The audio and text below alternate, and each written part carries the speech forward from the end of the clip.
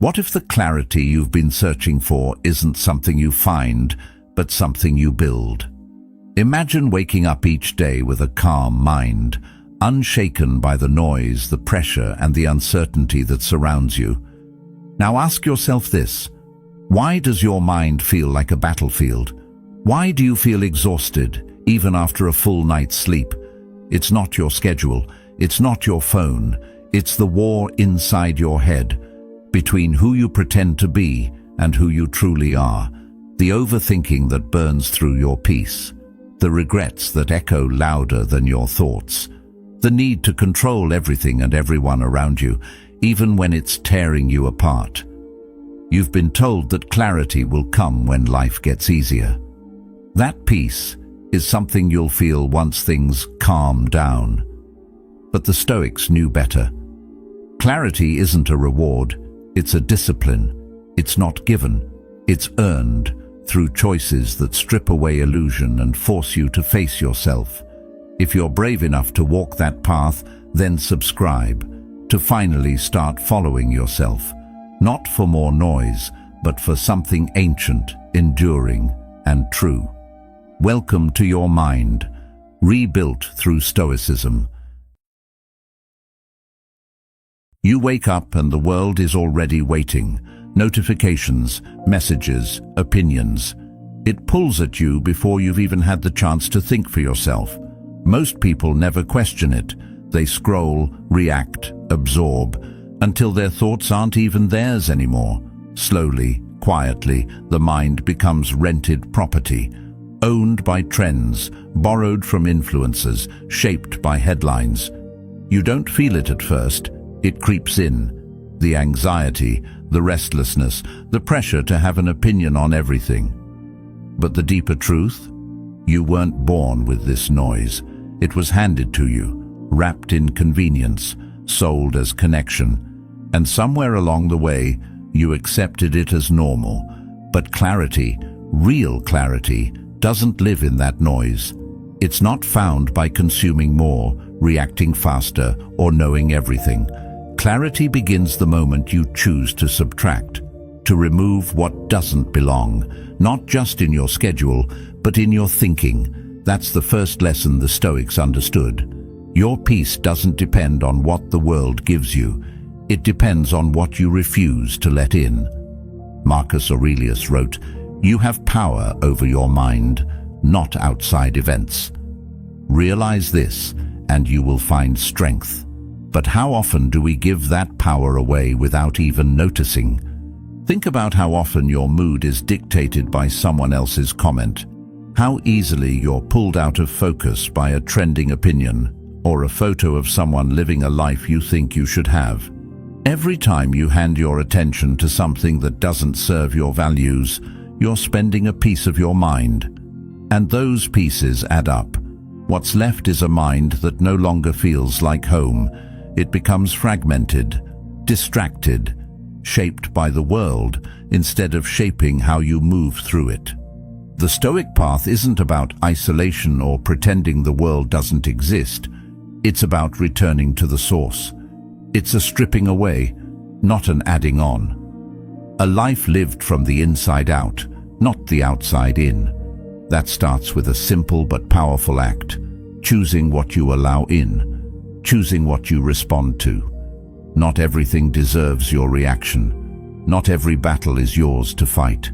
When you reclaim your attention, you begin to reclaim your identity. The world will always try to tell you who you should be.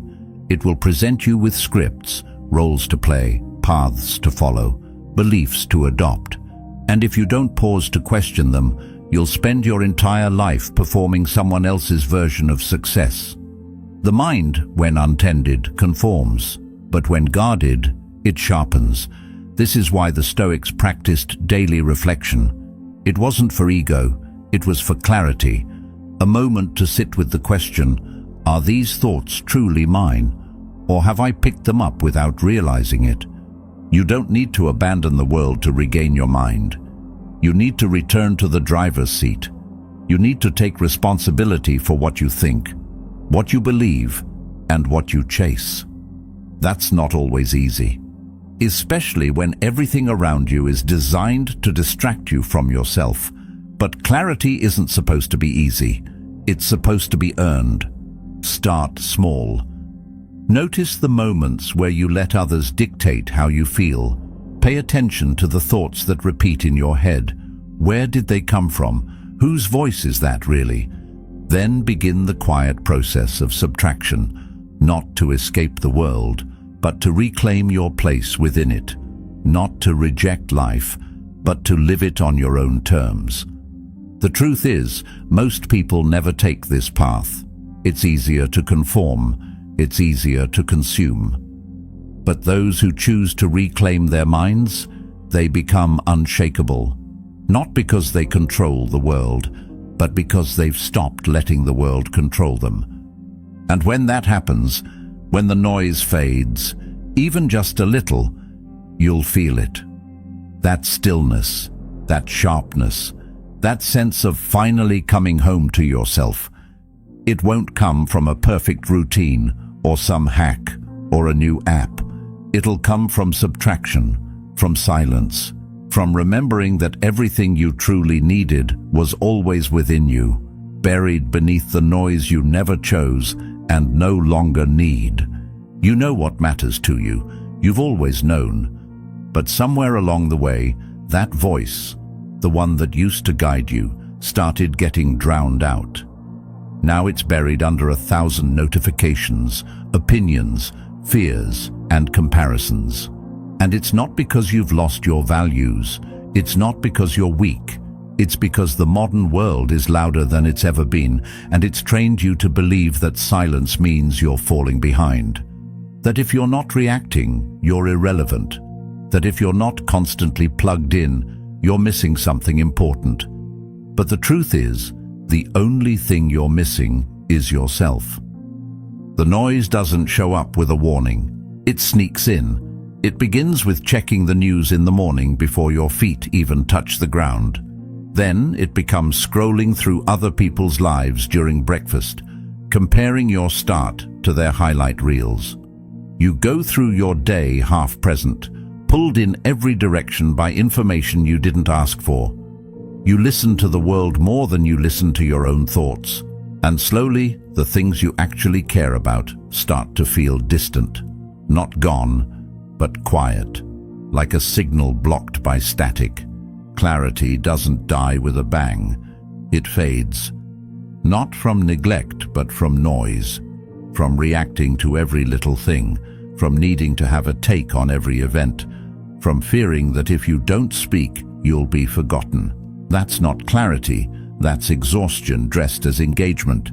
And at some point, you have to ask yourself, am I even thinking or just responding? Am I choosing my direction, or am I just too distracted to see that I've stopped steering? The Stoics understood that silence isn't just golden, it's strategic. It's where the real thinking happens. It's where intention lives. Marcus Aurelius, despite the chaos of ruling an empire, still made time to sit with his thoughts, to write, to observe.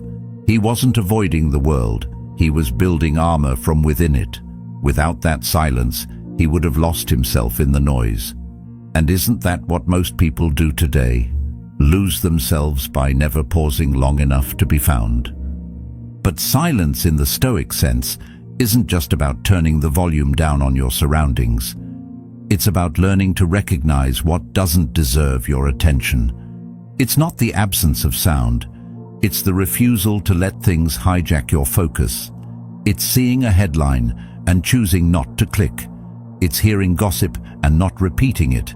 It's noticing that anxious thought rise and letting it pass like a cloud instead of climbing on board and letting it carry you somewhere you didn't want to go. Carl Jung once said, "In all chaos there is a cosmos, in all disorder a secret order." But that order isn't found by accident. It's uncovered when you stop adding more noise in the hope that one day it'll all start to make sense. It won't. Chaos doesn't organize itself. You organize your mind by choosing stillness over stimulation, not once, but over and over again. And that choice is hard. Because distraction feels productive. It gives you the illusion that you're involved, informed, connected, but you know deep down that it's shallow. It's surface-level thinking, the kind that scatters your energy and leaves you more anxious than you started. Clarity doesn't come from reacting to everything. It comes from responding to the few things that matter with your full presence. That's what the Stoics meant by control, not controlling the world, but controlling what enters your mind and stays there. This is where the practice begins, in small, almost invisible decisions. Putting your phone away during a meal, driving without music, sitting with discomfort instead of escaping it through screens. These aren't grand gestures. They're simple acts of rebellion against a culture that tells you constant stimulation is normal. It's not. It's chaos disguised as connection. There's a reason the mind feels tired even when the body is rested. It's because attention is being pulled in too many directions without a break. You can't think deeply when you're interrupted every 2 minutes. You can't find purpose when you're addicted to novelty. And you can't hear your own voice if you never give it the space to speak. That's the danger of noise. It makes you forget what your own thoughts sound like. The discipline of silence is what separates the reactive from the resilient. Because the world will never stop offering you distractions. It will keep tempting you with urgency. But clarity is built by learning to say no. Not just once, but constantly. No to the argument that doesn't matter.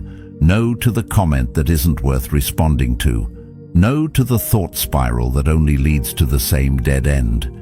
Every no to noise is a yes to yourself, a yes to presence, a yes to inner space where real insight can finally emerge.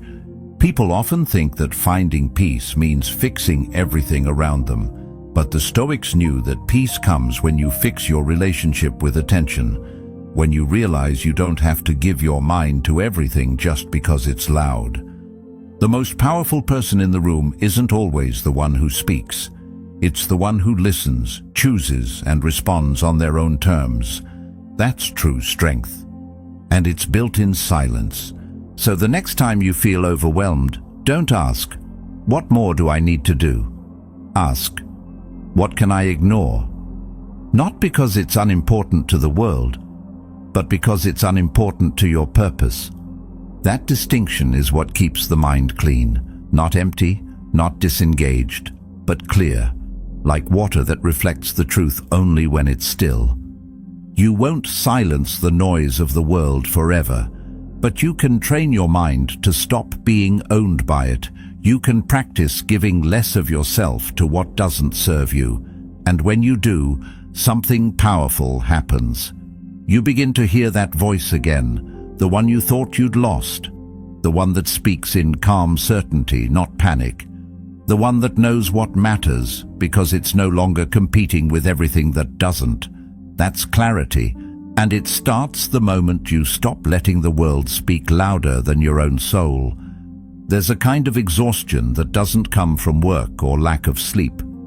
It comes from trying to control everything, every situation, every outcome, every reaction from others. You carry it in your chest, in your shoulders, in the quiet moments when your thoughts speed up instead of slow down. Most people don't even realize they're doing it. They think they're being responsible, prepared, smart. But behind all of that is fear. Fear that if they don't control every variable, something will go wrong. Someone will get upset. The plan will fall apart. And when things inevitably don't go according to that plan, they spiral, blaming themselves, blaming others, wondering why it still wasn't enough. But the truth is, the failure was never in their effort. It was in the illusion. We grow up believing that control is power, that the more control we have over our lives, the safer we'll be. So we plan every detail. We overthink every word. We try to predict people's actions, protect our image, and preempt disappointment. But life doesn't work that way. It's not a formula. It's unpredictable, messy, and full of variables outside your reach. And the more you cling to the fantasy of controlling everything, the more powerless you actually feel, because every unexpected moment feels like a personal failure. Every loss feels like a weakness. Every disruption becomes a threat. That's why anxiety grows in the gap between what we try to control and what we actually can. Epictetus once said, "Some things are up to us and some things are not." Most people hear that and move on, but those who stop and understand it, really understand it, change the entire way they live. Because that single truth redefines your entire relationship with power. You don't gain strength by grabbing at everything. You gain it by releasing what doesn't belong to you and sharpening your focus on what does. You can't control what someone else thinks of you. You can't control traffic, illness, timing, rejection, or whether someone keeps their promise. You can't control whether people understand you, whether the world is fair, or whether the outcome matches your intention. And yet these are the things we carry, silently, obsessively. We play out arguments in our heads. We rehearse explanations. We brace for impact before anything has even happened. All of it, wasted energy directed at forces that were never ours to command. And when you release that, when you stop playing God over the parts of life that were never in your hands to begin with, something strange happens. You feel lighter, clearer, and ironically, stronger, because your energy returns to where it's supposed to be, your response, your attitude, your effort, your values. These are the only things that have ever truly been yours, and when you give them your full attention, you move through life with a quiet kind of confidence, the kind that doesn't need to force anything. It just moves forward, focused and free. Letting go of control doesn't mean apathy. It doesn't mean giving up. It means choosing your battles wisely. It means showing up fully where you have influence and surrendering the rest without guilt. That's not weakness. That's mastery. Because most people waste their lives trying to fix things that were never broken, just uncontrollable. And in the process, they break themselves, trying to be everything, predict everything, fix everyone. But you're not here to carry the weight of the entire world. You're here to carry your role in it, and to carry it well. That choice, the one between reaction and intention, is where all your power lives. You can't undo the event. You can't change how someone treats you. But you can choose what it means to you. You can choose how you respond. And over time, those choices become your character, your peace, your foundation. It takes courage to let go of control, especially when your mind has been trained to believe that vigilance equals safety, that if you're not worrying about it, you're not prepared. But that kind of hypervigilance isn't protection, it's paralysis. It keeps you stuck in anticipation, never present, always bracing. And presence is where clarity lives. It's where life actually happens. Not in your imagined future, not in your rehearsed explanations, but here, now, in this moment. And this moment only requires one thing, your honest response. Every time you choose response over reaction, acceptance over resistance, presence over anxiety, you reclaim a little more of yourself. Not the self that's shaped by fear, but the self that's shaped by reason, by calm, by intention. The Stoics weren't detached from life. They were immersed in it. They just refused to be ruled by it. They practiced emotional freedom by anchoring themselves in the only place they had any real control, their own mind. That's the difference between surface strength and real strength. Surface strength fights everything. Real strength flows with what is. It knows when to act and when to let go. It doesn't chase control. It channels power, quietly, patiently, intelligently, because it knows the mind is not a battlefield unless you make it one. So the next time life doesn't go your way, pause. Ask yourself, not why it happened, but how you will choose to meet it. What will you do with this moment? What is within your hands and what isn't? That question is a doorway. One side leads to resistance and frustration. The other leads to peace and freedom. Letting go is not about being passive. It's about being precise, about directing your strength exactly where it matters and nowhere else. That's not just philosophy. That's wisdom in action, and it's yours. If you're willing to release the illusion and step into what's real, what's yours, what's powerful, let go, not to lose power, but to finally claim it. There's a quiet kind of suffering that slips into the lives of people who've lost their structure. It doesn't show up dramatically. It's not always loud. It creeps in slowly, disguised as freedom. Skipping the early wake-up, indulging in comfort, postponing the uncomfortable task just one more time. At first, it feels like kindness to yourself. You tell yourself you're being flexible, you're not forcing things, but over time, something starts to feel off. You don't know why you're more anxious, why your thoughts feel cluttered, why motivation seems so out of reach. The truth is, it's not that you're failing at life. It's that you've forgotten how to hold the line for yourself. Discipline, when misunderstood, looks like restriction. But to the Stoics, it was the opposite. It was the practice that created peace.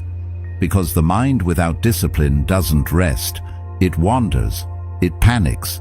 It reaches for whatever soothes it in the moment without thinking about the cost. And the cost is always there, in wasted time, in guilt, in the slow erosion of self-respect. Most people don't realize they've become prisoners to their impulses until it's already taken something important: their focus, their energy, their trust in themselves. That's the tragedy of an undisciplined mind. It doesn't explode, it fades, from purpose, from clarity, from self-command.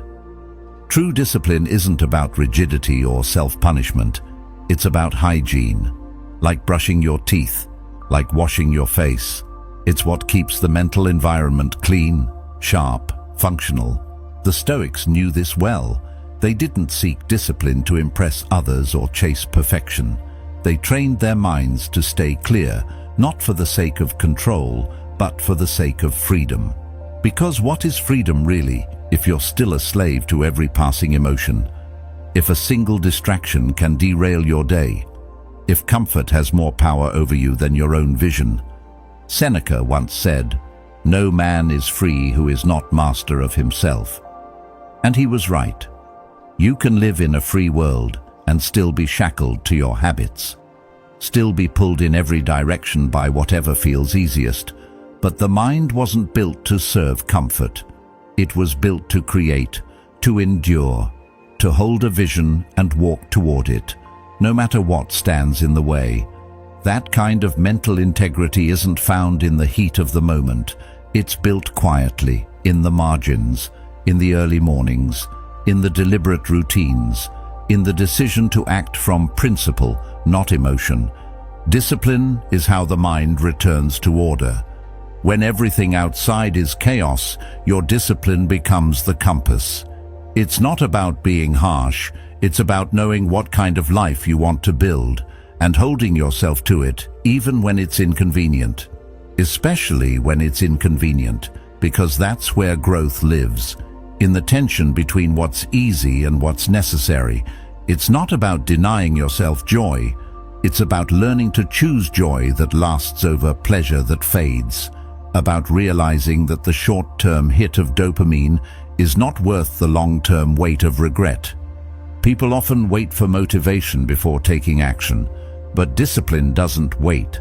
Discipline moves, regardless of how it feels, and in doing so, it builds something far more powerful than motivation. It builds momentum. It proves to your nervous system that you are not at the mercy of moods or urges, that you can feel resistance and still act, that you can wake up tired, anxious, uninspired, and still show up for yourself. That's where real confidence comes from. Not from the days when everything goes right, but from the days when it doesn't, and you still do what needs to be done. The world tells you to follow your feelings, but feelings aren't facts. They fluctuate, they lie, they scream for attention and vanish without warning. If you build your life on them, you'll be building on sand. Discipline builds on something deeper: values, intention, the kind of person you want to be, not just the kind of comfort you want to feel. It anchors you. It turns your day into a deliberate act, not a series of reactions. And when that discipline is consistent, your entire life begins to shift.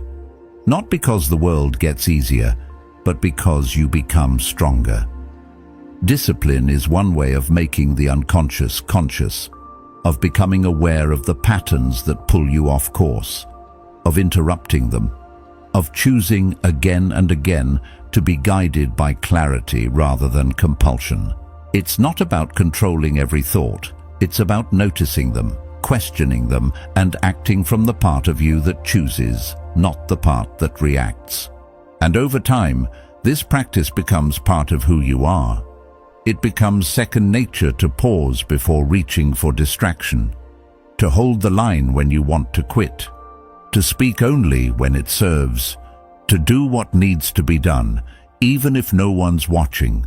That's not about being perfect. It's about being aligned with your values, with your vision, with the version of yourself you're building day by day. People wait for clarity to strike like lightning, but clarity is built.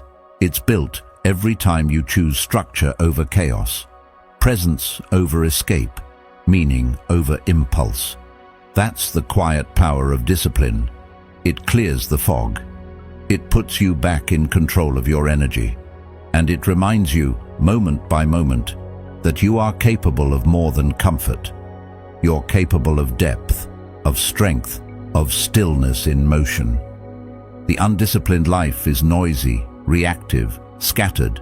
It pulls you away from yourself, slowly, until you forget what it feels like to be fully grounded. But the disciplined life? It's calm, intentional, clean, not always easy, but always worth it. Because discipline doesn't just change your habits, it changes your relationship with yourself. And that, more than anything else, is what determines whether your mind becomes your sanctuary or your prison. Most people think clarity is something you fight for, that if you try hard enough, think long enough, push through the noise with enough force, you'll somehow arrive at peace. But the more you push, the louder things get. The more you resist, the more exhausted you become. You try to silence your thoughts, to force focus, to bend your life into shape. And yet, the mind still spins. It still clings to what happened, what didn't happen, what might happen next. That's not failure.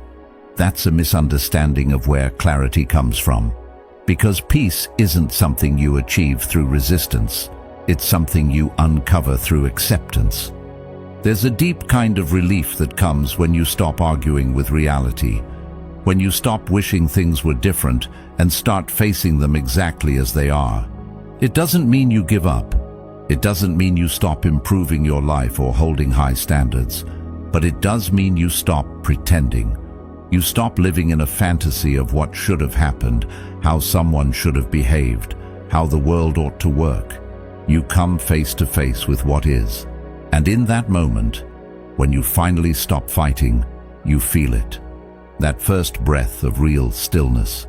Acceptance is not weakness. It's not surrender. It's strength without tension. It's choosing to see the world clearly, without the filters of fear, ego, or nostalgia. Because when you remove those filters, what you're left with is truth. And truth, no matter how uncomfortable, is always the beginning of freedom. The Stoics didn't chase illusions. They stared life in the face. They expected loss, disappointment, discomfort, not because they were pessimists, but because they understood that wishing things were easier only makes you weaker.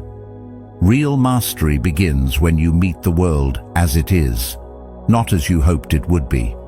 Carl Jung said, "What you resist not only persists, but will grow in size." And you see this play out everywhere.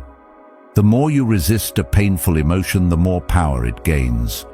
The more you suppress a truth you don't want to face, the more chaos it creates beneath the surface. You can distract yourself for a while. You can rationalize, but deep down, you know what you're avoiding. And that avoidance is what keeps your mind cluttered. Clarity doesn't come from fixing everything.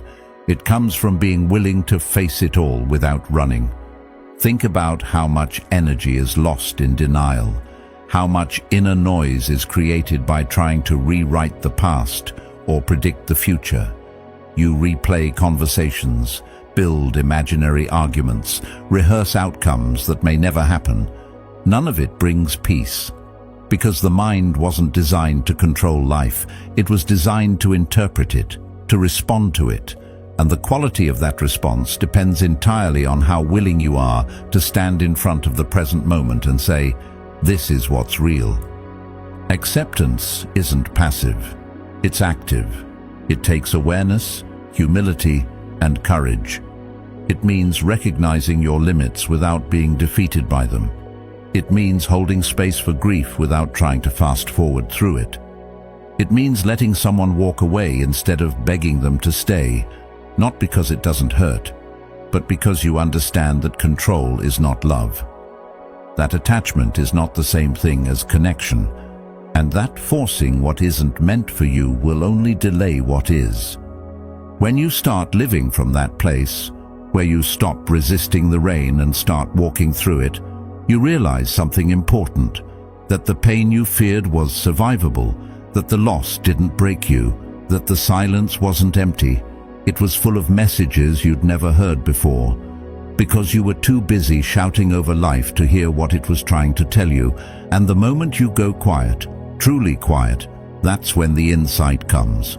Not as a flash of genius, but as something simpler, a knowing, a grounded recognition that you can endure more than you thought, that you can hold both sorrow and peace in the same breath, that you don't need life to go your way in order to live it fully. Marcus Aurelius, in all his power, still reminded himself daily to accept what fate brings. Not to roll over, but to stay steady. To keep showing up even when the world doesn't meet his expectations. That's what made him powerful. Not his status, not his influence, but his refusal to be broken by what he could not control. That same strength lives in you. And it's not something you build by force. It's something you uncover by softening where you've always tensed, by breathing into what you've always avoided, by staying present with what you were always told to escape. And it begins with small moments. The moment you forgive someone, not because they asked, but because you're ready to stop carrying the weight. The moment you let yourself cry without shame. The moment you look at your life, with all its flaws and missed turns, and say, "This is where I am, and that's okay." That's the ground, the base, the soil from which everything meaningful grows. You don't build peace on fantasy. You build it on the raw, unfiltered truth of now. Acceptance doesn't erase pain, but it transforms your relationship with it. You stop seeing discomfort as a problem and start recognizing it as part of the path. You stop needing to feel good all the time and start asking yourself a deeper question. Am I growing? Am I honest? Am I aligned with what really matters? When you clear the mind by accepting reality, you become dangerous in the best way, because nothing surprises you, nothing owns you. You've made peace with uncertainty, and now you move freely, not because the world makes it easy, but because you've stopped needing it to. You've stopped begging for clarity from a world that thrives on confusion. Instead, you've built it inside of you, one quiet decision at a time. This is the power of acceptance. It's not loud, it doesn't always look strong, but it is the root of all resilience. When you stop needing life to cooperate, you become unstoppable, Not in your control over the world, but in your capacity to adapt, to feel, to stay grounded in the storm. And when that becomes your default, your mind stops spinning. It clears, not because everything is perfect, but because you've finally stopped resisting what is. And that, more than anything, is where mastery begins. There's a quiet kind of suffering that comes from not knowing why you're doing what you're doing. You wake up, move through the day, respond to messages, handle tasks, perform roles, but there's no anchor beneath it. Everything feels like motion but not movement. You might be busy, you might be successful by every conventional measure, and still there's that feeling, like you're floating, like you could be knocked off course at any moment. That's what happens when purpose is missing, when the deeper why is unclear. Even the smallest disruption feels overwhelming, because without direction, every distraction looks like a possibility, every setback feels like a collapse. But when you're anchored in purpose, when you know, even in a quiet way, what truly matters to you, everything starts to reorient. The noise doesn't disappear, but it loses its power. The storms still come, but they don't shake you the same way. Because now, you're not reacting to everything, you're moving toward something chosen, something true. Purpose doesn't mean you have your entire life figured out. It doesn't require a 5-year plan or a grand ambition. It just means you're no longer willing to wander aimlessly. A lot of people confuse purpose with passion, but purpose is deeper. Passion can flicker. It can change with the seasons. Purpose, on the other hand, is like a compass. It doesn't scream for attention. It simply points. It reminds you who you are when you're tempted to forget. It gives meaning to the repetition, to the difficult days, to the sacrifices that no one else sees. And it gives clarity to the mind because it filters what matters and what doesn't. Carl Jung once wrote, "The privilege of a lifetime is to become who you truly are." And that's exactly what purpose demands, that you stop pretending, that you let go of the masks you wear to be accepted, that you stop pursuing paths that impress others but drain you, because the moment you do, you'll feel it, that inner click, that alignment, like your thoughts, your actions, and your values are finally in the same room. That's when the mind quiets, not because everything is easy, but because it finally feels meaningful. Without that alignment, you chase everything and catch nothing. You start one thing, then doubt it. You compare yourself to someone else's progress. You try to match their pace, their lifestyle, their narrative. But none of it fits. And deep down, you know it. Because you weren't meant to copy someone else's path. You were meant to walk your own. That doesn't mean it will always be glamorous. Sometimes purpose looks like showing up when no one claps. Sometimes it means working behind the scenes, building quietly, without the rush of applause. But that's where the power is. In consistency. In knowing that even on the hard days, there's a reason you're still standing. When you live without purpose, your energy scatters. You get exhausted, not from doing too much, but from doing the wrong things. From constantly shifting gears, switching focus, chasing validation, and running from discomfort. But when you root yourself in something deeper, you conserve energy. You make clearer choices. You're not so easily baited by every new trend or distracted by every passing emotion, because you know what you're building, you know why you're here, and that knowing brings clarity. Stoicism teaches us not to seek peace in the absence of chaos, but in the presence of something greater, something stable, even as the world changes.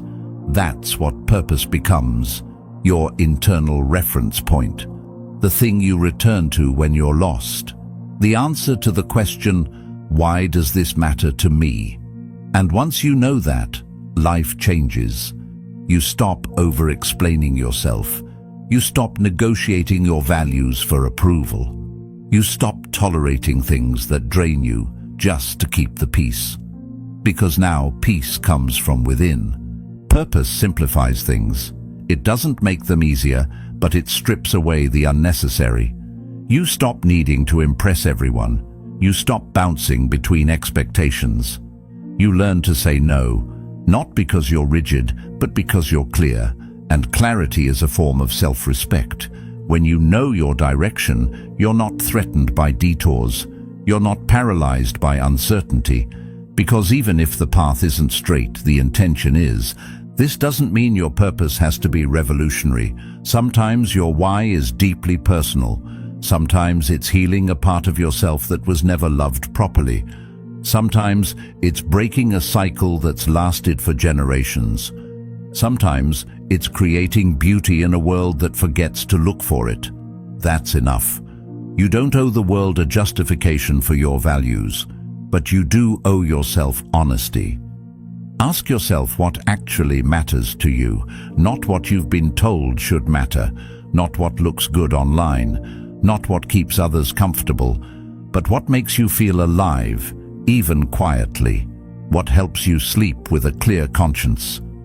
What would make the struggle worth it, even if no one ever said, "Thank you"? Because that's where your purpose is hiding, not in achievement, but in alignment. And once you find that, protect it. Build your habits around it. Let it guide your decisions. Let it be the reason you stay disciplined, the reason you rest, the reason you speak up or stay silent. Let it be the lens through which you interpret your pain. Because even suffering makes more sense when it serves something higher. Even uncertainty is easier to endure when it's in service of something real. You don't need to rush this process. Clarity takes time, but you do need to start listening to yourself more than the noise around you. You need to stop outsourcing your worth and start choosing your path. And once you do, your life may not get easier, but it will feel more like your own. Your mind will begin to quiet. Your steps will feel steadier, and in a world that thrives on confusion, that clarity will make you powerful. Let your purpose be your anchor, so when the storms come, and they will, you don't drift, you don't collapse, you adjust your sails, you stay the course, because even if the weather changes, your direction doesn't. And that, more than anything, is what it means to live with a clear mind. There's a noise inside us that no external silence can fix. You could sit in the quietest room, far from traffic, voices, and interruptions, but if your mind is still reaching outward for answers, you won't hear peace. Because real peace doesn't begin outside. It starts when you stop outsourcing your sense of direction to things and people that were never built to carry it. We look for validation, like it's oxygen, convincing ourselves that if enough people approve of us, if enough voices agree, we'll finally calm down. But instead, we get more anxious, more addicted to feedback, more uncertain when it doesn't come. And that's the paradox. Every time you look outside to quiet your doubt, you strengthen it. You teach your mind to wait for permission. You hand over the keys to your stability. Self-reliance doesn't mean isolation. It doesn't mean you cut off from everyone or pretend you don't care. That's pride, not power. True self-reliance is quiet. It's not showy. It doesn't demand recognition. It simply means your peace is no longer a group project, that your calm isn't at the mercy of someone else's mood, that your sense of worth doesn't spike or crash depending on who's watching. The Stoics didn't teach detachment because they hated people. They taught it because they understood how easily we give our minds away. One compliment can lift you. One insult can ruin your day. One rejection can spiral you into doubt. When your peace is built on other people's opinions, it will always be on unstable ground. Carl Jung once said, "Who looks outside dreams, who looks inside awakes." And that awakening is painful at first, because when you stop chasing external fixes, you're left with your own silence. And that silence can feel uncomfortable, But that's also where it begins. The stillness, the center, the realization that you can face your own thoughts and not flinch, that you can sit with uncertainty without rushing to numb it, that you can feel lost and not panic, because now you trust yourself to find the way back, not through noise, but through alignment. It's tempting to think the answer is always out there, in a podcast, a conversation, a mentor, a book. And yes, those things help, but only when they sharpen your inner compass, not replace it. The mind becomes clear when it becomes sovereign, when it's no longer pulled in 100 directions, asking, what do they think? Or, am I doing this right? But instead turns inward and asks, is this true for me? That's not selfish. That's not arrogant. That's responsibility. Self-reliance also means emotional self-containment. It doesn't mean you don't feel. It means your feelings don't spill into everything uncontrollably.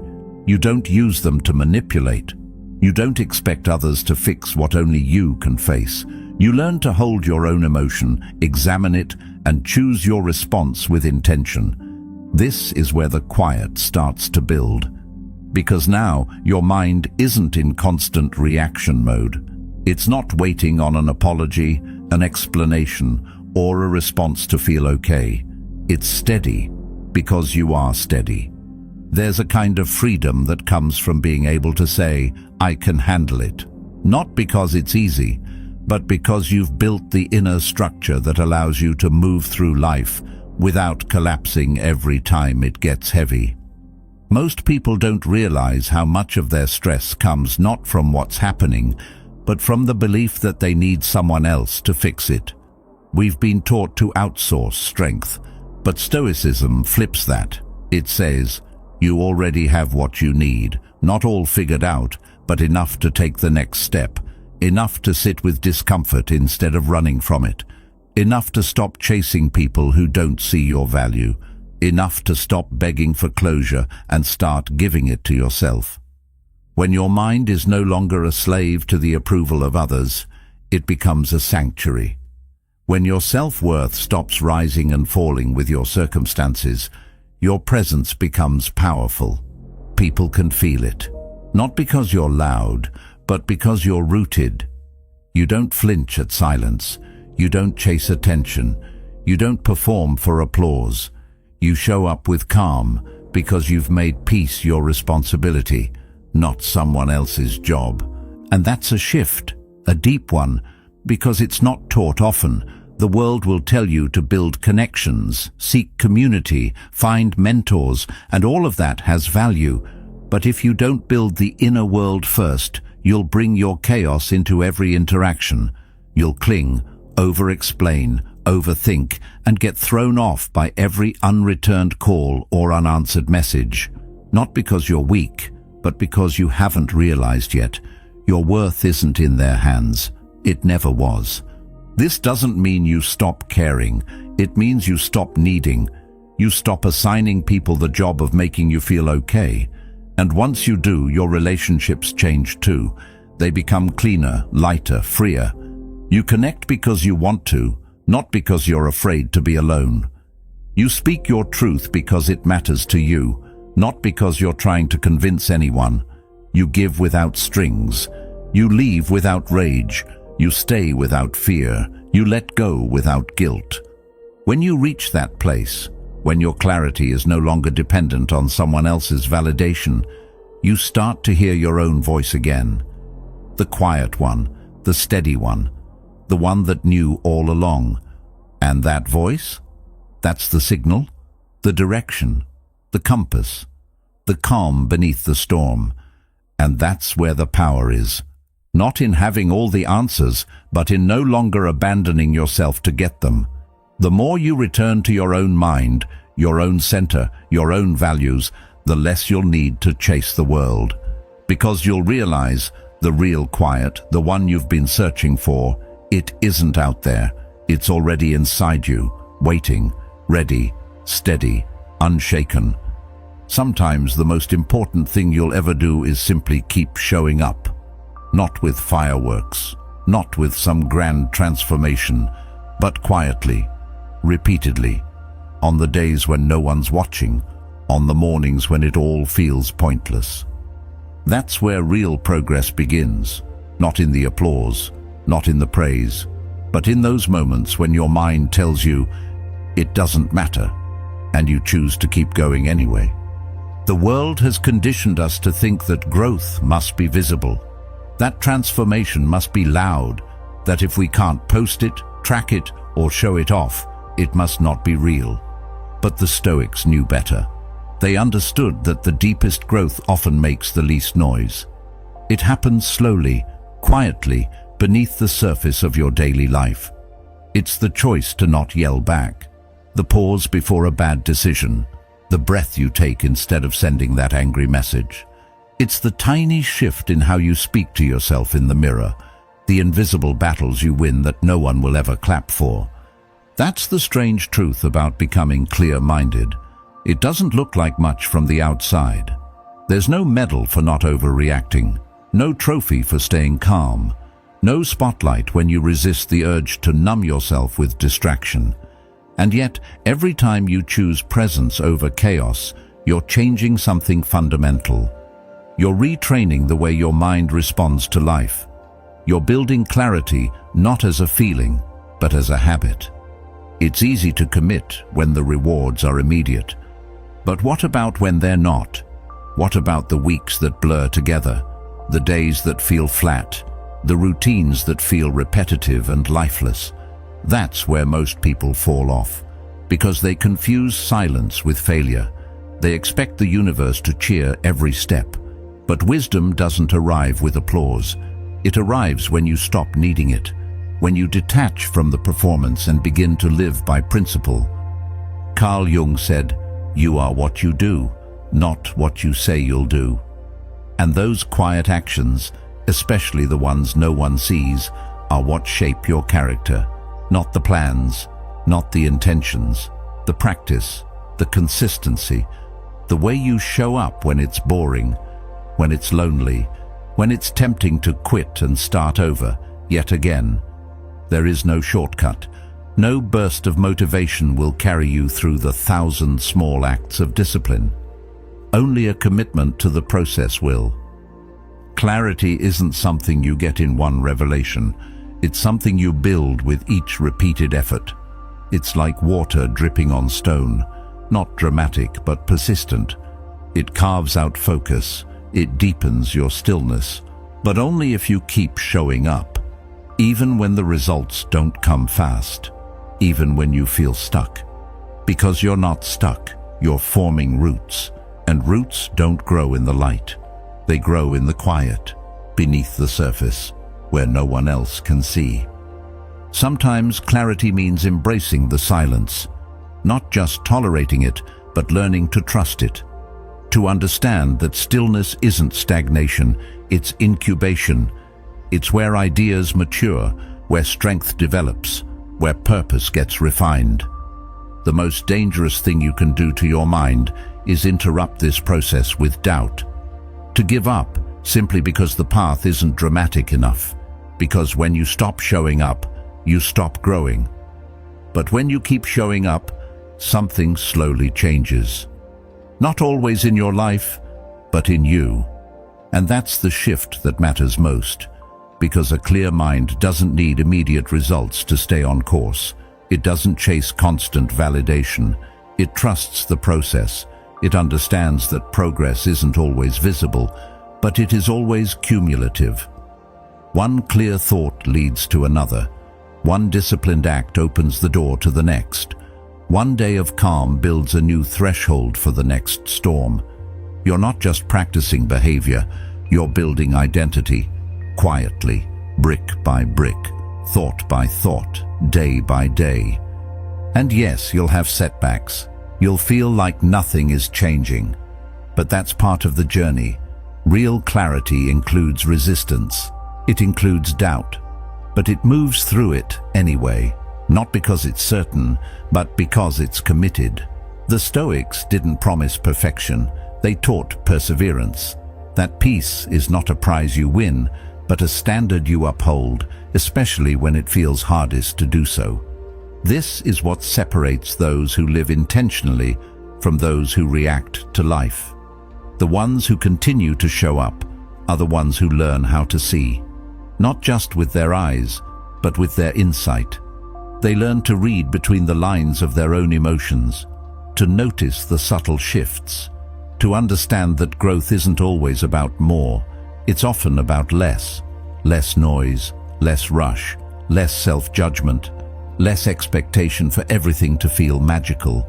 The clearest minds are built in the most unglamorous ways. Waking up early when you could sleep in, finishing the task you promised yourself you would, sitting with your thoughts when every part of you wants to escape, and doing it again the next day. That's how clarity forms, not with a bang, but with quiet repetition, with patience, with presence, with practice. So don't underestimate those quiet efforts. Don't dismiss the days that feel empty. Don't walk away from the path just because it doesn't impress anyone. Because the truth is, if you keep showing up, clarity will come. Not all at once, not in a grand moment, but piece by piece, until one day you look back and realize your mind is stronger, calmer, clearer, not because you waited for the perfect moment, but because you built it, quietly, relentlessly, faithfully. True stillness isn't something that happens when life becomes quiet. It's something that's forged in the noise, built in the fire, not found in the absence of it.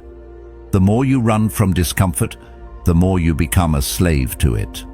But the moment you begin to seek it deliberately, something shifts. The anxiety doesn't vanish, but your relationship with it changes. You stop flinching. You stop trying to escape every hard moment. And that's where the foundation of clarity begins to solidify, when you stop asking for comfort and start asking for strength. Most people confuse peace with avoidance. They think stillness comes from removing problems, from softening every edge. But that's just fragility disguised as calm. What happens the moment life doesn't cooperate? When something unexpected crashes through your day? If your peace is built on everything going right, it was never real to begin with. The Stoics knew this. That's why they didn't just tolerate discomfort. They welcomed it, because it trains the body and mind to stay steady. It teaches you how to breathe when everything around you is gasping for air. Voluntary discomfort isn't suffering for the sake of pain, it's preparation. When you put yourself in controlled difficulty, you give your nervous system a new language. You teach it to stay composed when your heart races. You remind it that you are not every sensation you feel. Cold showers, hard workouts, fasting, silence, all of it rewires your threshold. It gives your mind evidence that you can sit with things that once overwhelmed you, that you don't need to run from tension. You can meet it, observe it, move through it without being broken by it. Carl Jung once said, "There is no coming to consciousness without pain." He wasn't glorifying suffering. He was pointing to its role in awakening, because real clarity doesn't come when you're tucked in comfort. It arrives in the tension between who you are and who you're becoming. It's shaped in the hours you want to quit but don't, in the moments where you feel like falling apart but decide to hold yourself together just a little longer. Discomfort exposes the noise.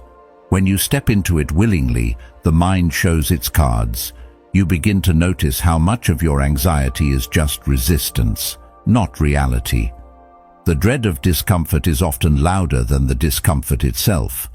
But once you face it, you hear things more clearly. The false urgency, the craving for validation, the internal pressure to escape yourself. These voices lose power the moment you stop reacting and start witnessing.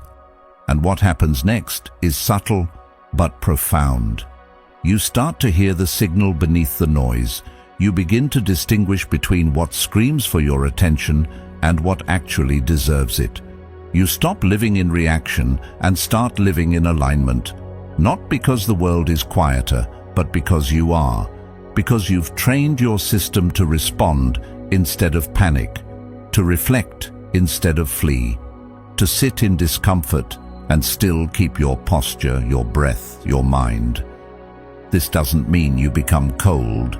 It means you become grounded, rooted, not easily shaken by the tremors that send others into spirals.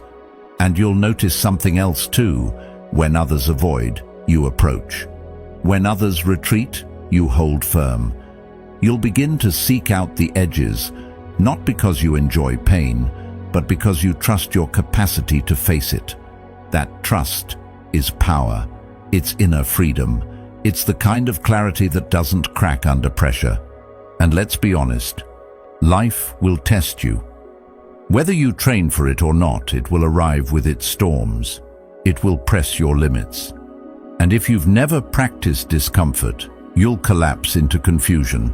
But if you've built yourself to meet adversity, you'll recognize it as familiar. You'll stand, not because it's easy, but because you've trained for this. Every cold morning, every uncomfortable silence, every moment you delayed gratification, those were your rehearsals for the real thing. Stillness isn't a trait, it's a skill that's sharpened by friction. Each time you step into something difficult and remain steady, you build more than resilience. You build clarity. You strip away what's unneeded. You silence the parts of the mind that feed on distraction and drama. And what's left is something sharper, something lighter, something that knows how to move without chaos. This is how the Stoics cultivated inner peace, not by escaping the world, but by sharpening themselves against it.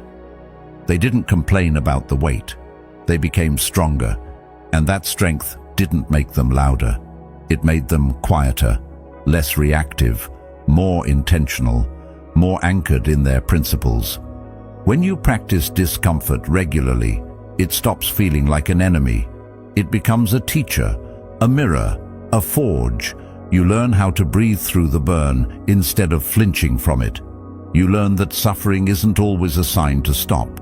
Sometimes it's the sign that you're stepping into the truth, that you're removing what no longer serves you, that you're getting closer to your real limits, and therefore closer to your real self.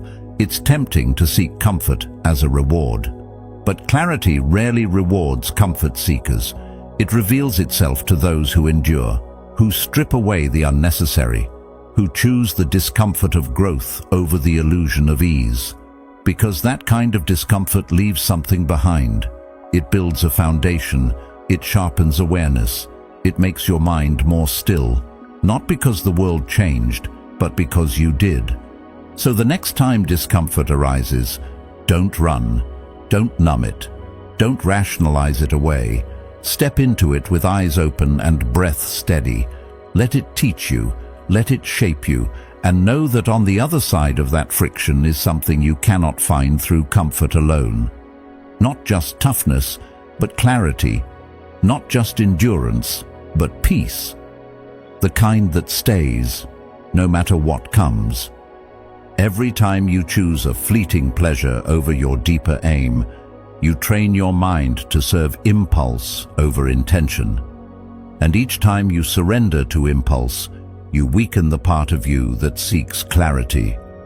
Not because pleasure is wrong, but because unchecked indulgence makes your vision blur. You begin to mistake stimulation for meaning and satisfaction for progress. And that's where clarity erodes, not in some dramatic collapse, but in the slow erosion of your ability to wait, to pause, to choose. Impulse feels like urgency. It rushes in and convinces you that now is everything, that the craving must be answered, that resistance is repression. But that's the trick. The more you indulge your cravings without reflection, the more your mind becomes dependent on the next fix. And over time, your threshold for silence, for stillness, for patience, it shrinks. You become someone who can't sit without reaching, can't think without noise, can't rest without some sort of high. And in that state, the deeper voice inside you, the one that actually knows what matters, gets drowned out. Stoicism understood this long before the science of dopamine ever came along. The ancient thinkers observed the pattern that when you give everything to the moment, you lose sight of the horizon. Marcus Aurelius warned, "The soul becomes dyed with the color of its thoughts, and if your thoughts are ruled by gratification, your soul becomes tinted by restlessness. It starts chasing intensity instead of peace, movement instead of meaning, action instead of direction." But something powerful happens the moment you delay gratification. When you pause before acting on desire, you start to stretch the space between impulse and action, and that space is where the mind begins to see clearly again, where you catch the instinct, observe it, question it, and ask, "Does this serve who I'm becoming, or just soothe who I am right now?" Delaying pleasure isn't about punishment. It's about preservation. It's a way of honoring your future self, of building a relationship with that version of you who lives beyond the craving, who sees the long game, who knows that pleasure, when earned, is richer than anything instantly consumed. Because it doesn't just taste good, it means something. Modern life trains us in the opposite direction. Everything is designed to be fast, on demand, and endless. Food, entertainment, validation, it's all one swipe away. And the easier it is to access, the easier it is to lose yourself in it. You don't even realize you're escaping. It just feels normal. But the price is subtle, a constant fog, an underlying anxiety, a vague feeling that you're drifting further from yourself without even knowing why.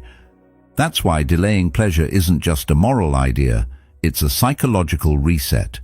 Each act of restraint is a signal to your mind, I'm in control, not the craving, not the algorithm, not the habit, me.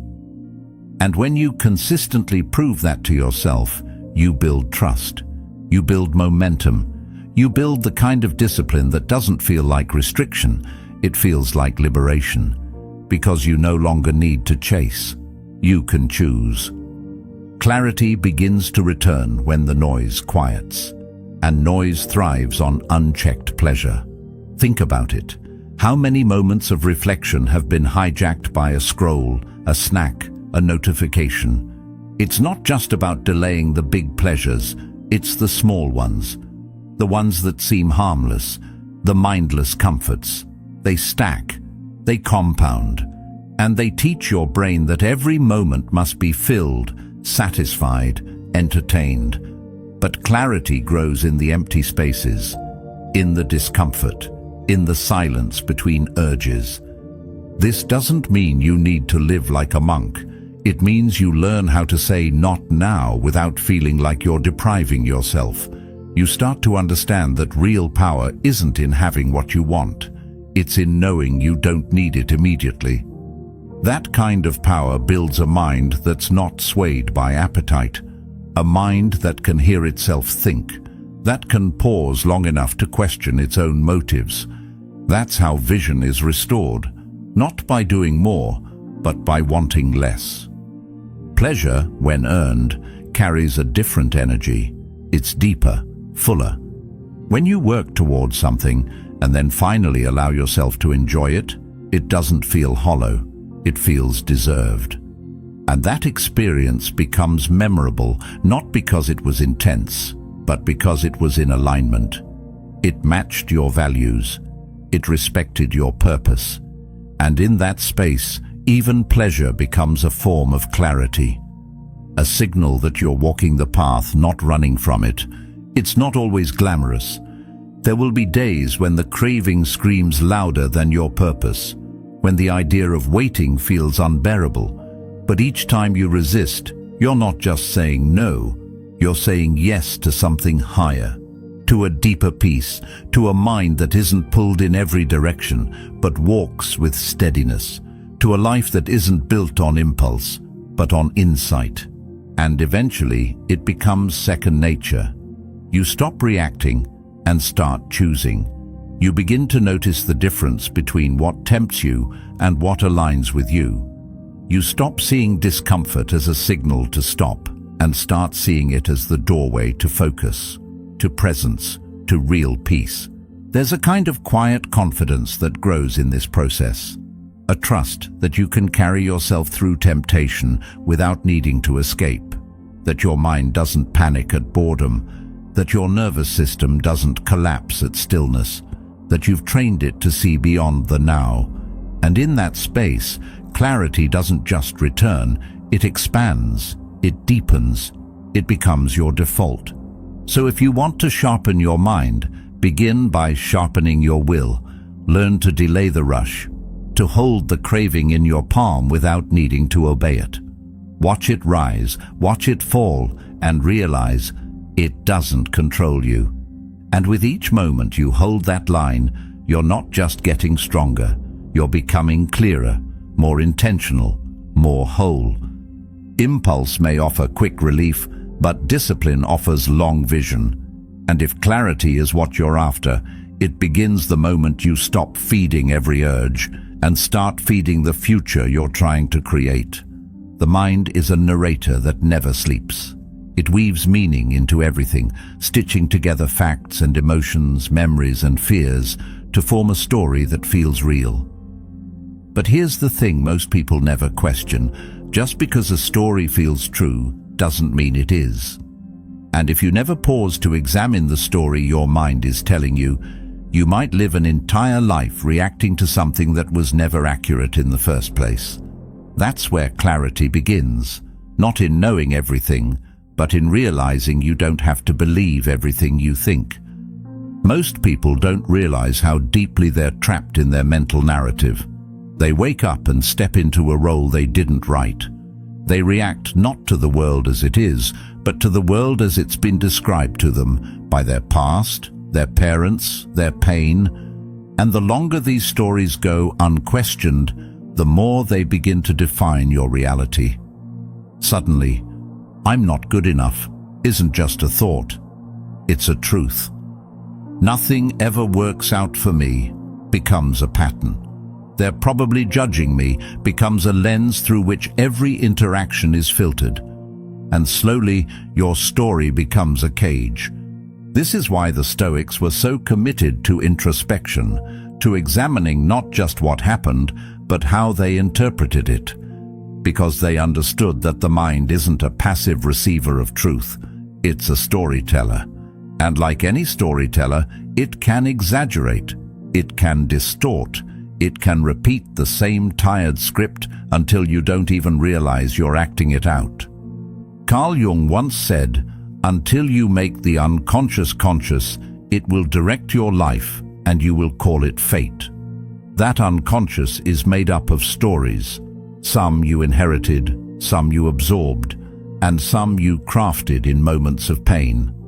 But if you never hold those stories up to the light, if you never ask where they came from or whether they still serve you, you become a character in a plot that never evolves. Clarity begins when you stop treating every thought as a command, when you learn to witness the mind's storytelling without immediately signing off on it. You start to ask, is this story helpful? Is it kind? Is it even real? That questioning creates space, and in that space, freedom lives.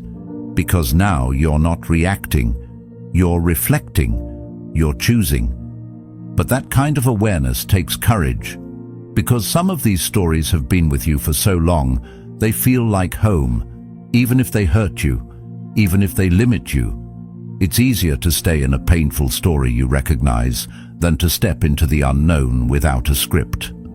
But that's where transformation begins, in the discomfort of not knowing who you are without the old plotline. You don't need to replace every negative story with a positive one. That's just a new costume. What you need is honesty, curiosity, a willingness to sit with a thought without clinging to it, to say, maybe that's not the whole truth.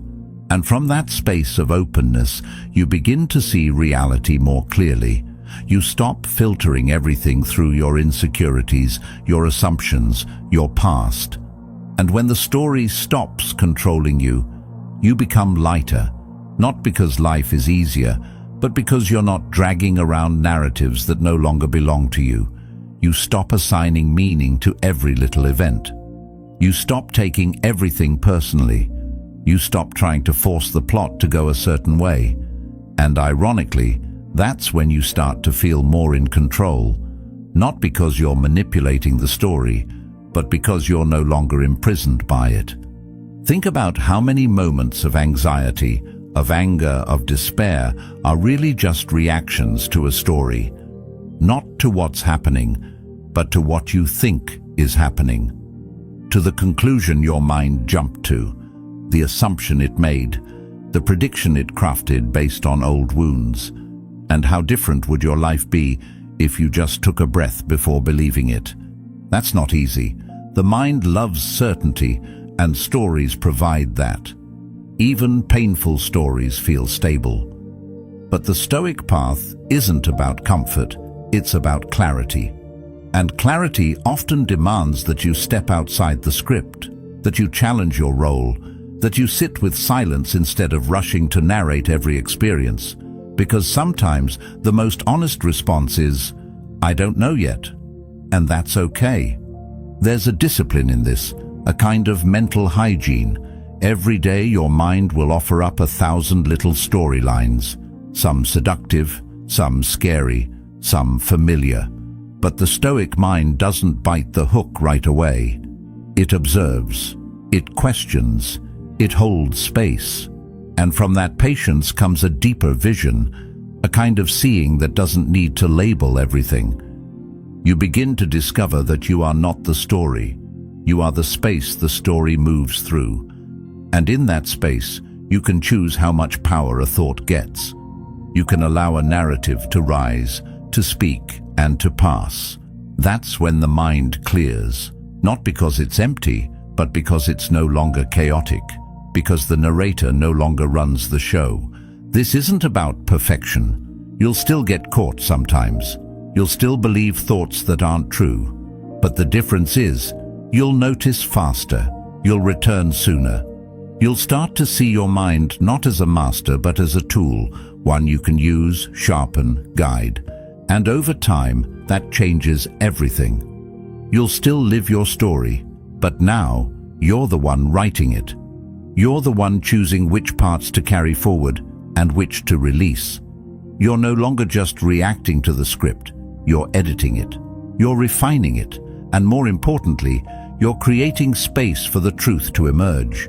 Not the convenient truth, not the inherited truth, but the kind that comes from silence, stillness, and courage. Because clarity isn't loud. It doesn't scream over your thoughts. It waits beneath them. And the moment you stop clinging to the storyline, you finally hear it. Most people don't even notice when they've slipped into the role of the victim. It starts quietly. A small complaint here, a bit of blame there, a subtle expectation that the world should have gone differently, that someone should have treated you better, that circumstances should have been kinder. But slowly, those little grievances pile up. And without realizing it, you begin to live not as a participant in your life, but as a spectator, waiting, resenting, hoping someone or something will change your situation for you. The more you blame, the more you wait. And the more you wait, the further you drift from your own strength. Blame is seductive. It gives you a temporary sense of clarity. Someone did this to me. Life wronged me. I was overlooked. I was hurt. And while there may be truth in those experiences, staying stuck in them offers no solution. Stoicism doesn't deny that people can be cruel, that life can be unfair, that pain is real. But it teaches you something far more powerful. You get to decide what happens next. Your response is yours alone. No matter how chaotic or unjust the world may seem, your power begins the moment you stop pointing outward and start looking inward. Taking responsibility doesn't mean taking the blame for everything that happens. It means choosing how you will move forward. It's not about pretending things didn't hurt or minimizing the impact. It's about refusing to let those moments define who you become. You can acknowledge your pain without surrendering to it. You can face injustice without becoming bitter, and you can carry your scars without turning them into chains. There is strength in that quiet refusal to play the victim, in saying, "This happened, but it will not control me." The danger of the victim mindset is that it subtly rewrites your story. You begin to see yourself as someone who life happens to, instead of someone who responds to life. Every difficulty becomes another confirmation that you're powerless, and the more you believe that, the more true it becomes. Not because it is, but because you're living as if it is. Victimhood isn't just about pain, it's about identity. And the longer you wear that identity, the harder it becomes to imagine yourself without it. Carl Jung wrote, "I am not what happened to me, I am what I choose to become." That's not just philosophy, that's power. You don't need to erase your past to reclaim your strength.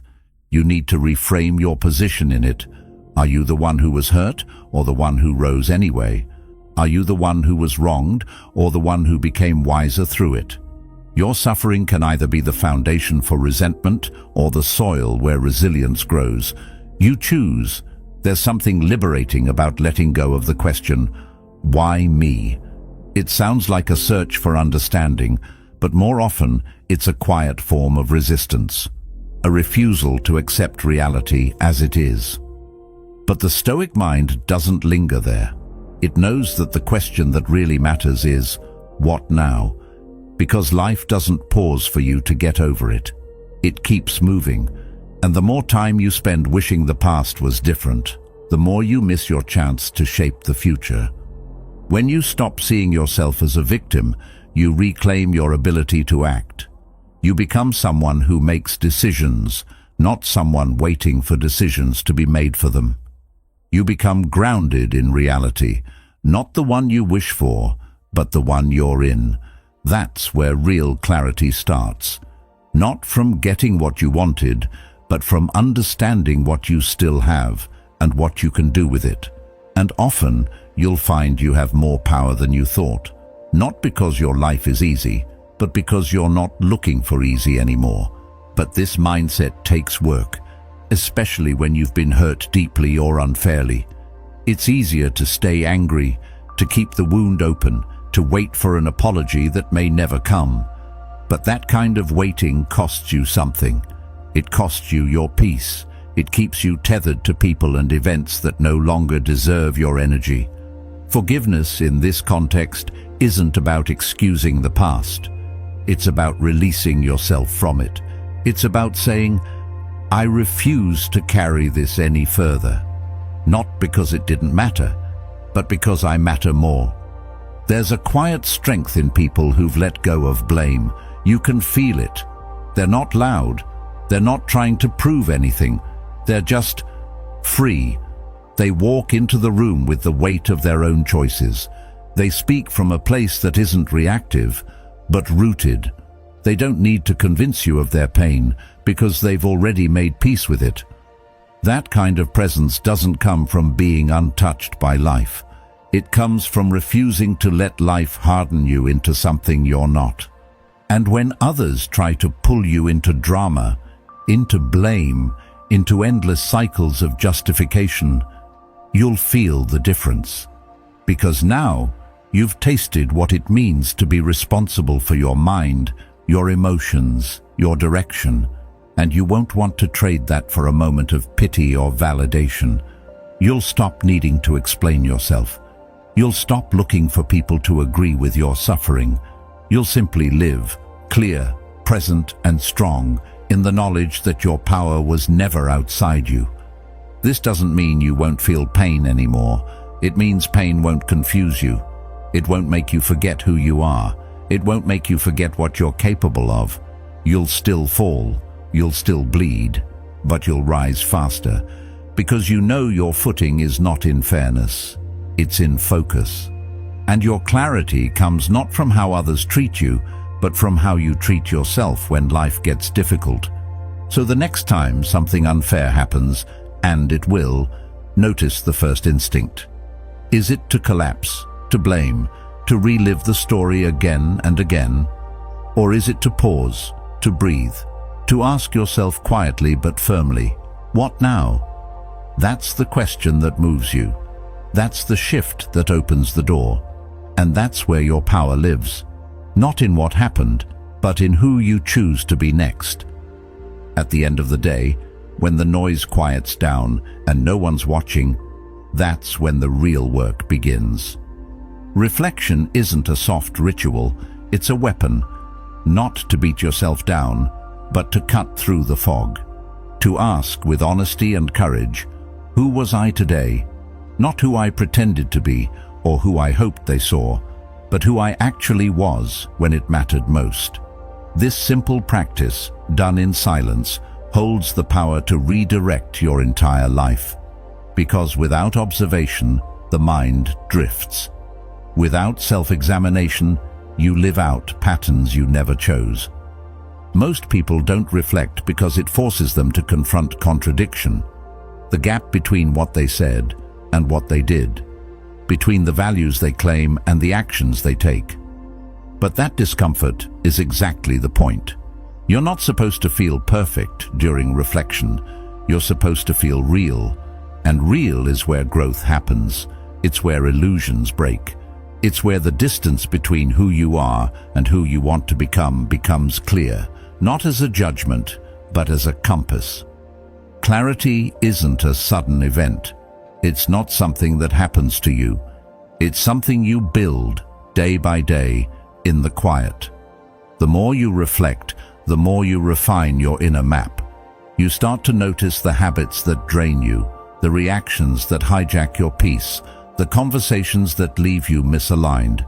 You start to sense when you're drifting from yourself, and that awareness, over time, becomes precision. You begin to live on purpose, not perfectly, but deliberately, and that alone sets you apart. This is why the Stoics treated self-examination like a daily ritual. It wasn't optional, it was essential. Because without it, you fall asleep at the wheel of your own life. You end up living someone else's version of who you should be. And nothing is more dangerous than drifting unconsciously through your own existence. Seneca once said, "The life unexamined is not worth living for a man." Not because life without reflection is meaningless, but because it's directionless. There's a powerful question that can change everything. Did I lose myself today? You might have said all the right things, nodded when expected, smiled politely. But did you bend your truth to avoid discomfort? Did you betray your own rhythm just to keep the peace? These are not easy questions, but they are necessary ones. Because without knowing when you lose yourself, how will you ever find your way back? And then there's the other side of reflection, the wins you ignore, the moments you stood firm, the time you stayed quiet instead of reacting, the choice to walk away when ego wanted to stay. These small victories matter, because when you recognize them, you train your brain to remember who you're becoming. You build inner momentum, and in a world obsessed with outcomes, reflection reminds you of the integrity behind every invisible win. Reflection also teaches you something humbling, how often you are the storm, not them, not the world, you. Your emotions, your expectations, your stories. You begin to see how many of your struggles were self-created. Not because you're weak, but because you're human. And in that realization is a strange kind of freedom. Because if you created the storm, you can also calm it. If you caused the chaos, you can choose stillness. That's exactly what nightly reflection is, making the unconscious conscious, not in some dramatic ceremonial way, but simply by sitting with yourself for 5 honest minutes and asking, where did I show up fully today? And where did I abandon myself without even noticing? The truth is, self-reflection isn't about perfection, it's about awareness. And awareness doesn't always feel good. In fact, it often stings. But that sting is a sign you've touched something real. something worth exploring, something worth changing. Most people avoid this because it threatens their comfort. But you're not here for comfort. You're here for clarity. You're here for control, not over the world, but over your own mind. You don't need a journal. You don't need a therapist every night. You just need honesty. Sit with the events of your day and ask yourself, did I honor my values or just my impulses? Did I act with intention or did I let the moment own me? The more you ask, the sharper your self-understanding becomes. And soon, it's not just a nightly ritual, it's a way of living. Eventually, you begin to anticipate the reflection before it even happens. You find yourself mid-action thinking, will this feel right later? That's when you know the shift has begun. That's when your values stop being something you reflect on at night and start becoming something you live by in real time. And that's the real goal. Not just to look back clearly, but to live forward with purpose. The world moves fast. It praises speed, constant motion, reaction over response. But reflection slows you down, not to weaken you, but to anchor you. It grounds your decisions. It gives your day meaning, because a day that is not reflected on slips into the past unexamined. It becomes another lost opportunity, another silent compromise, and those days, stacked one on top of another, become a life you don't even recognize. So tonight, before the world steals your attention again, take that moment. Look at yourself not through the eyes of guilt or shame, but through the eyes of someone who is still learning, still refining, still becoming. Because that's what this is. Not a judgment, not a scorecard, but a mirror. One that doesn't lie, one that shows you what you've been avoiding, and one that, if you're brave enough to look, can change your life. The loudest voices often carry the least wisdom. They fill the room with noise, draw eyes with chaos, and mask confusion with confidence. But clarity doesn't scream. It doesn't chase attention or demand applause. It hums quietly in the background, found in the lives of those who no longer feel the need to prove themselves. They move with a calm that doesn't need explanation. They don't have to shout because their presence speaks louder than their words ever could. And if you're seeking clarity in a world obsessed with noise, don't follow the popular. Study the peaceful. It's tempting to get pulled toward those who command the spotlight, the ones who speak fast, post often, and always have something clever to say. But beneath that surface energy, there's often a lack of depth. Many people perform wisdom, fewer people live it. And the only way to know the difference is to pay attention, not to their words, but to their rhythm. The wise live in alignment. Their habits match their values. Their silence carries more weight than most people's speeches. They're not addicted to being seen because they've already seen themselves. To emulate the wise is not to imitate their exact steps, but to study their structure. How do they respond to difficulty? How do they treat others when no one's watching? How do they carry themselves through failure, success, boredom? The answers are subtle. They're not found in a highlight reel or a podcast clip. They're found in consistent behavior over time, in how someone holds the same values even when it's inconvenient, in how they protect their peace instead of performing their power. Clarity often lives in contradiction to popularity, because clarity is earned in solitude, while popularity is chased through performance. The wise don't beg for understanding. They don't over-explain. They don't argue to be right. They move with the kind of restraint that comes from knowing who they are and who they're not. If you watch closely, they live by a quiet code, not a code imposed by others, but one they've etched into themselves through years of observation, failure, discipline, and reflection. When you find someone like that, don't just listen to what they say. Observe how they navigate. Watch the way they make decisions. Look at how they respond to insult or praise. Do they react, or do they choose? Do they get louder, or do they grow still? Do they need validation, or do they quietly validate themselves? These are the signs. These are the patterns that separate the truly wise from the merely popular. Seneca wrote, "Associate with people who are likely to improve you."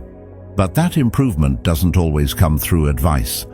Often it comes through modeling, through seeing over and over again how someone's behavior reflects their inner stability. You begin to absorb it without realizing. Their discipline becomes a mirror for your own potential. Their silence becomes an invitation to deepen your own thoughts.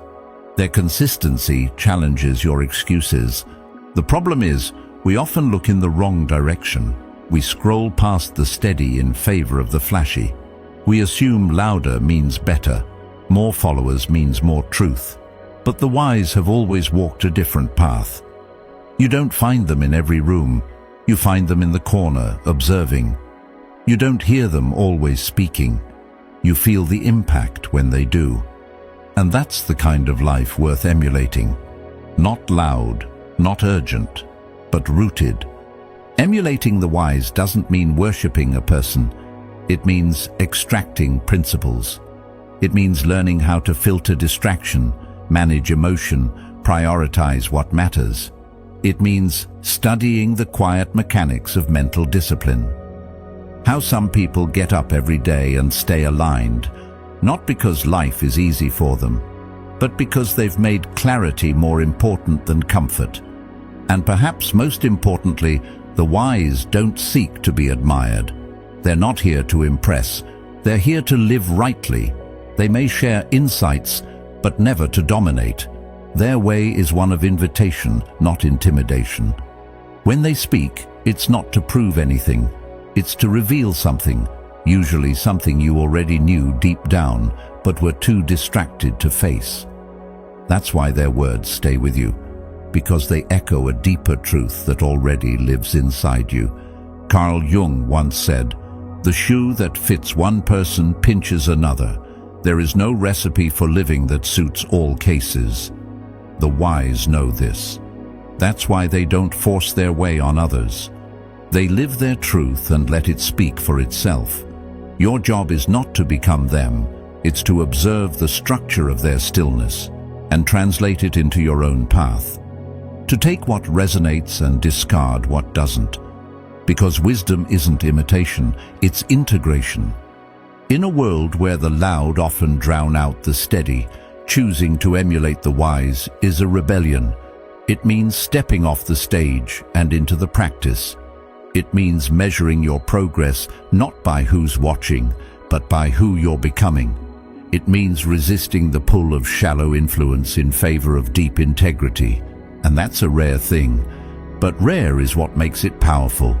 If you're serious about clarity, watch closely. Not to copy, but to calibrate. Pay attention to the ones who live what others only preach. The ones who don't post every habit, but embody discipline in everything they do. The ones who don't explain their boundaries, but live within them unapologetically. Let them be your compass, not because they're perfect, but because they've chosen peace over popularity. And one day, when others wonder how you found your rhythm, your quiet, your clarity, you'll know the answer. You stopped chasing noise, you started watching the steady, and eventually you became it. Most people chase peace the same way they chase happiness, like it's something waiting on the other side of achievement. They think it lives in a perfect bank account, a relationship without tension, a day without problems. But peace that depends on circumstances is not peace. It's just a pause between problems. The Stoics understood this deeply. Peace isn't something that waits for you at the end of the chaos. It's something you bring with you into the middle of it.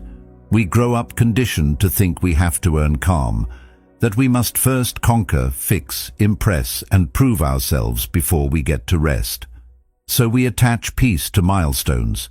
We say, once I make this amount of money, I'll feel okay. Or, Once they understand me, then I'll be calm.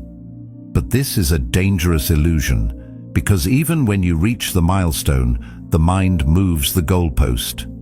There's always another thing to solve, another reason to delay peace.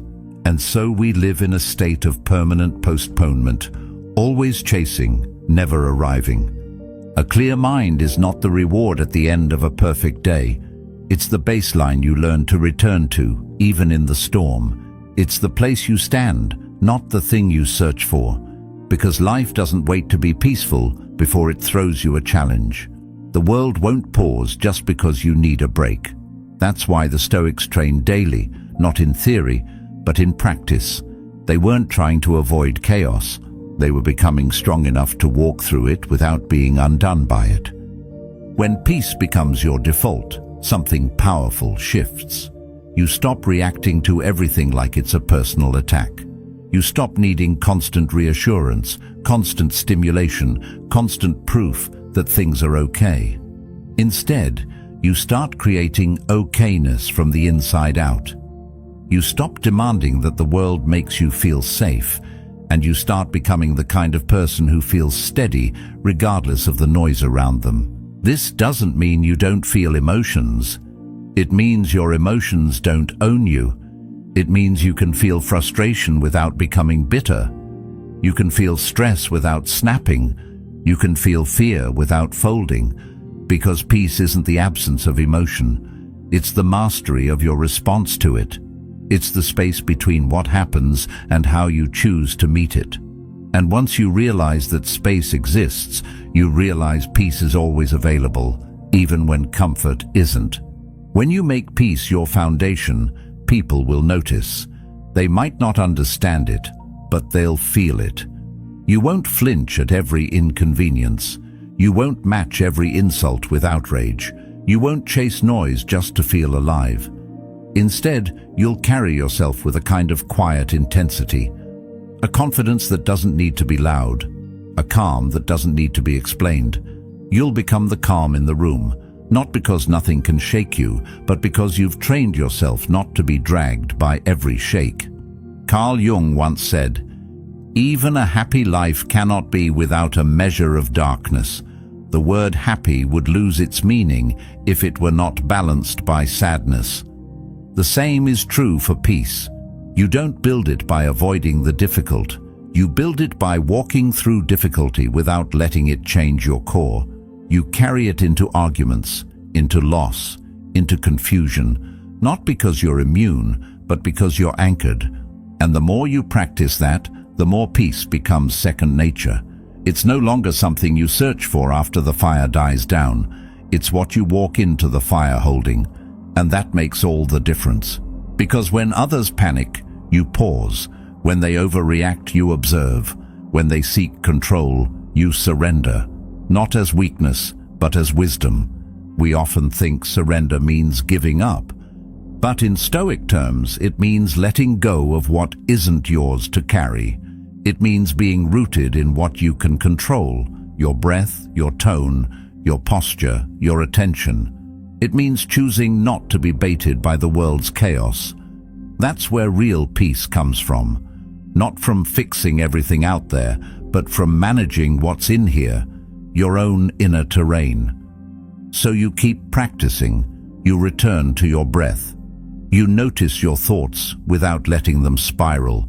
You remind yourself again and again that peace is a skill, not a gift. That even in conflict, you can stay grounded. That even when your mind wants to react, you can respond with clarity. And over time, that becomes who you are.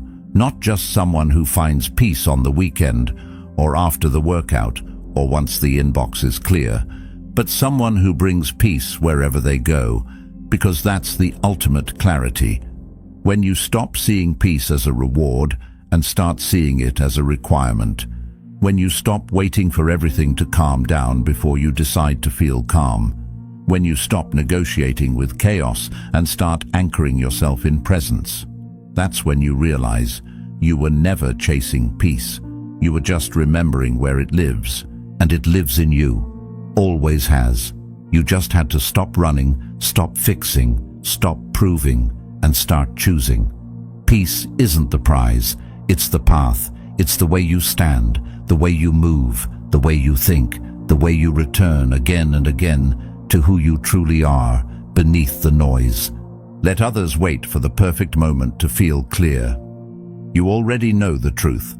The clear mind isn't earned through escape. It's built through embodiment. Peace isn't after, it's now. It's here, and it's yours. If you make it your default. Stillness isn't a destination, it's a decision. The moment you choose clarity over chaos, presence over panic, peace becomes your power. It's not something the world gives you, it's something you become. Watch one of the videos on your screen now to continue sharpening your mind and deepening your inner strength. And thank you truly for being a part of Stoic Journal.